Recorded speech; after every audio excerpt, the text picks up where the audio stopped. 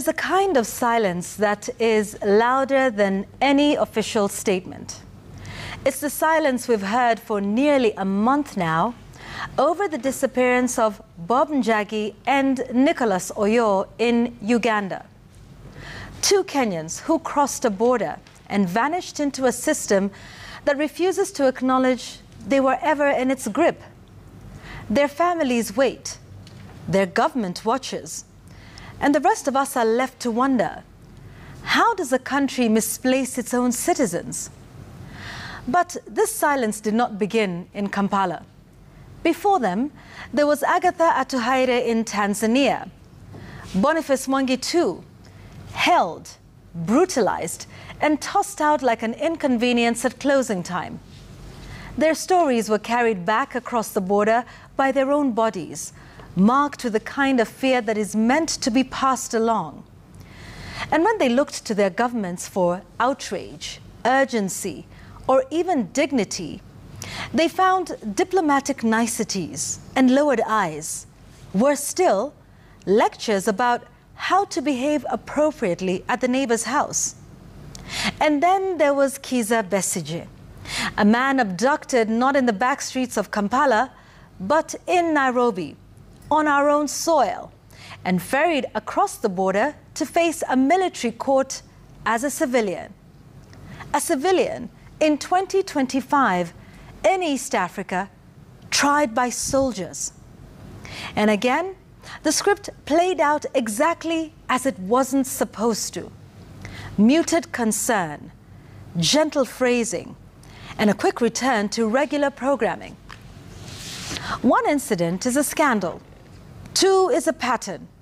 3, 4, 5. Now that begins to look like a pact. Not a treaty, not a communique, just a quiet, unwritten understanding amongst those in power. If your critic slips into my territory, I'll handle them. If mine runs into yours, you'll do the same. No questions, no noise, no diplomatic incidents, just cooperation for regional stability. East Africa has, without saying so, built a tripartite cross-border enforcement network, not for criminals, not for drug cartels, and certainly not for money launderers, but for critics, the people who ask uncomfortable questions, the people who organize, who write, who expose, the kind of people every government insists it welcomes, until it doesn't. And listen, folks, the timing is not accidental. Tanzania has just voted under the heaviest cloud in years. Uganda heads to the polls next. Kenya follows in 2027. 3 elections, 3 leaders with everything to lose. 3 governments watching each other's opposition, activists, journalists, and digital communities with way more interest than they watch their own manifestos. Elections should open space for more voices.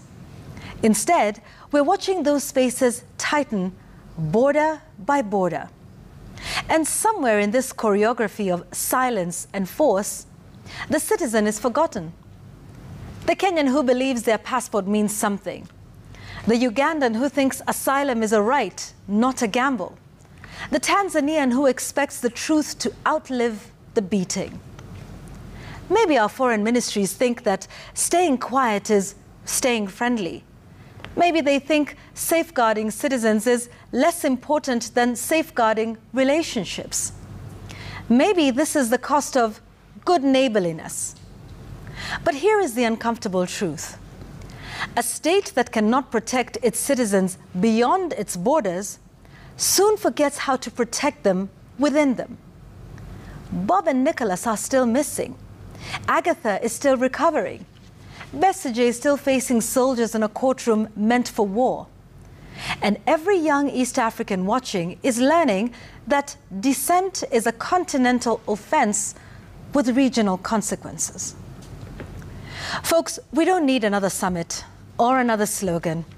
We need something simpler.